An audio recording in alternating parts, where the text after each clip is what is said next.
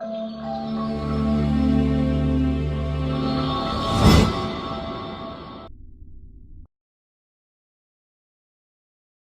à tous et bienvenue sur cette nouvelle vidéo.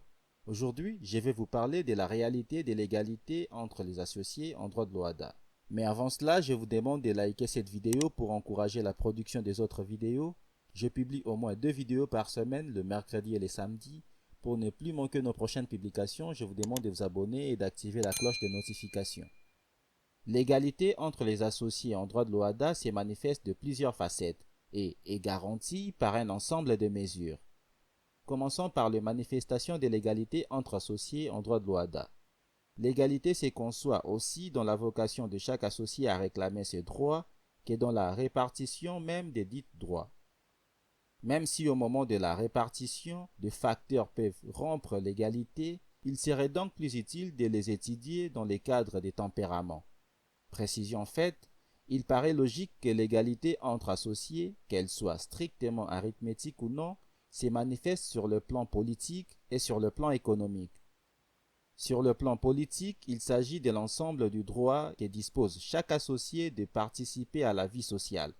Ces droits se déclinent entre autres en droit de vote, droit de l'information et le contrôle de gestion de l'entreprise.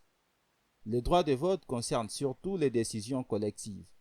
Comme l'article 125 dispose que, sauf disposition contraire de l'acte uniforme, chaque associé a le droit de participer au vote des décisions collectives.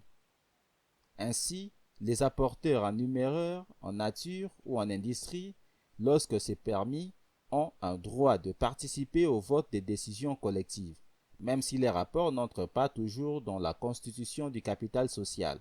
Voir par exemple l'article 50-3. Une difficulté peut se poser lorsque des actions sont grevées d'usufruit. L'article 128 de l'acte uniforme dispose que le droit de vote appartient aux nus propriétaires, sauf pour les dispositions concernant l'affectation des bénéfices où il est réservé aux usufruitiers. Les associés ont également droit d'être informés. Ils ont un droit d'information permanent sur les affaires sociales. Préalablement à la tenue des assemblées générales, ils ont en outre un droit de communication. L'article 344 et suivant dispose les associés non gérants ont le droit de contrôler l'activité de la société. Ce droit se manifeste par la possibilité de consulter tous les documents et pièces comptables ainsi que les procès-verbaux des assemblées générales, tels que dites dans l'article 289. Sur le plan économique, tout associé a droit aux bénéfices, selon l'article 346, mais aussi doit contribuer aux pertes.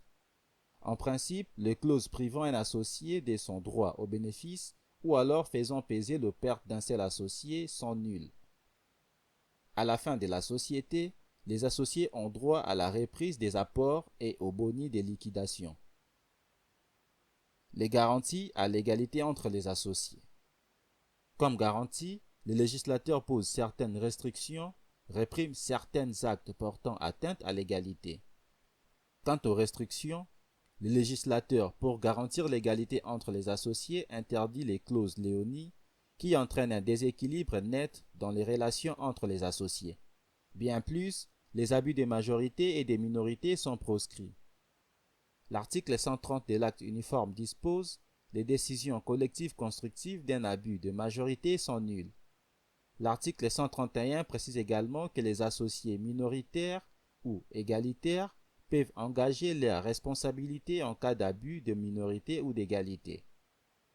Bien plus, l'acte uniforme protège le droit de vote au terme de l'article 129-1 et nul toute délibération ou décision prise en violation des dispositions régissant le droit de vote ou attachée aux actions ou aux parts sociales.